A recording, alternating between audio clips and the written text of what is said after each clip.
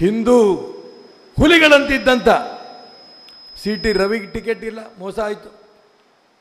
ಪ್ರತಾಪ್ ಸಿಂಹನಿಗೆ ಮೋಸ ಆಯಿತು. ಅನಂತಕುಮಾರ್ ಹೆಗಡೆಗೆ ಮೋಸ ಆಯಿತು. ಬಸವರಾಜ್ ಪಾಟೀಲ್, ಬಸವನಗೌಡ ಪಾಟೀಲ್ ಯತ್ನಾಳ್ಗೆ ಅನ್ಯಾಯ ಆಯಿತು. ಏನು ತಪ್ಪು ಮಾಡಿದ್ರು ಇವರೆಲ್ಲ? ಹಿಂದೂ ಪರ ಘೋಷಣೆ ಮಾಡಿದ್ದೆ ತಪ್ಪ? ಅವರೆಲ್ಲರಿಗೂ ಕೂಡ ನ್ಯಾಯ ಸಿಗಬೇಕು ಅನ್ನೋ ಉದ್ದೇಶದಿಂದ ನಾನು ಈ ಚುನಾವಣೆ ಸ್ಪರ್ಧೆ ಮಾಡ್ತಾ ಇದ್ದೇನೆ.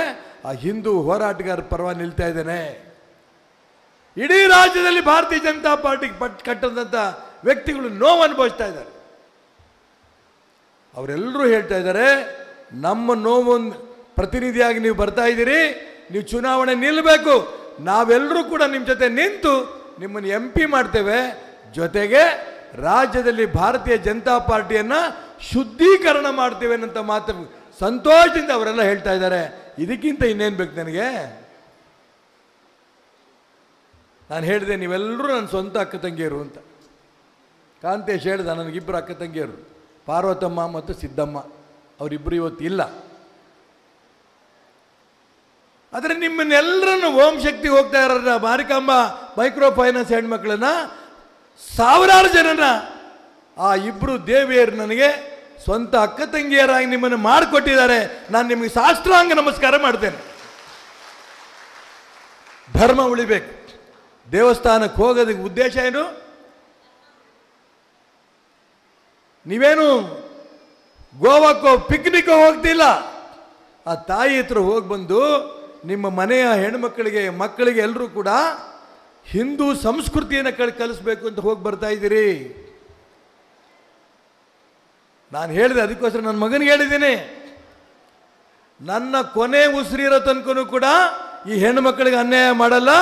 ನಿನ್ನ ಕೊನೆ ಉಸಿರು ತನಕನೂ ಕೂಡ ಈ ಮಾರಿಕಾಂಬಾ ಮತ್ತು ಓಂ ಶಕ್ತಿಗೆ ಹೋಗ್ತಾ ಇರೋರಿಗೆ ಪೂರ್ಣ ಸಹಕಾರ ಕೊಡಬೇಕು ಅಂತ ಹೇಳಿದೀವಿ.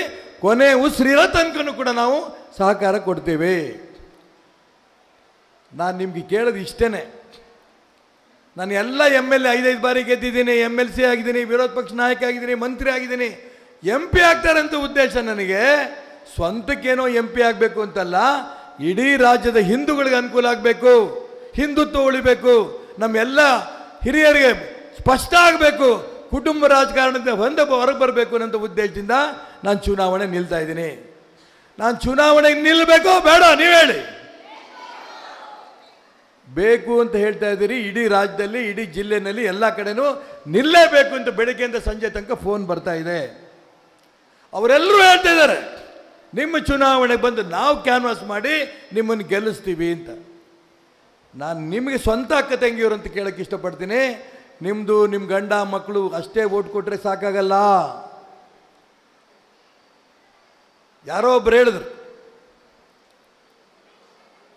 ಇಡೀ ಕರ್ನಾಟಕ ರಾಜ್ಯದ ವಿಧಾನಸಭೆ ಚುನಾವಣೆಯಲ್ಲಿ ಶಿಕಾರಿಪುರದಲ್ಲಿ ಖರ್ಚಾದಷ್ಟು ಕೋಟಿ ಕೋಟಿ ಹಣ ಎಲ್ಲೂ ಖರ್ಚಾಗಿಲ್ಲ. ಅವ್ರ ದುಡ್ಡಿನ ಮುಂದೆ ನೀವು ಹೆಂಗೆ ಗೆಲ್ತೀರಿ ಅಂತ ಪ್ರಶ್ನೆ ಕೇಳಿದ್ರು.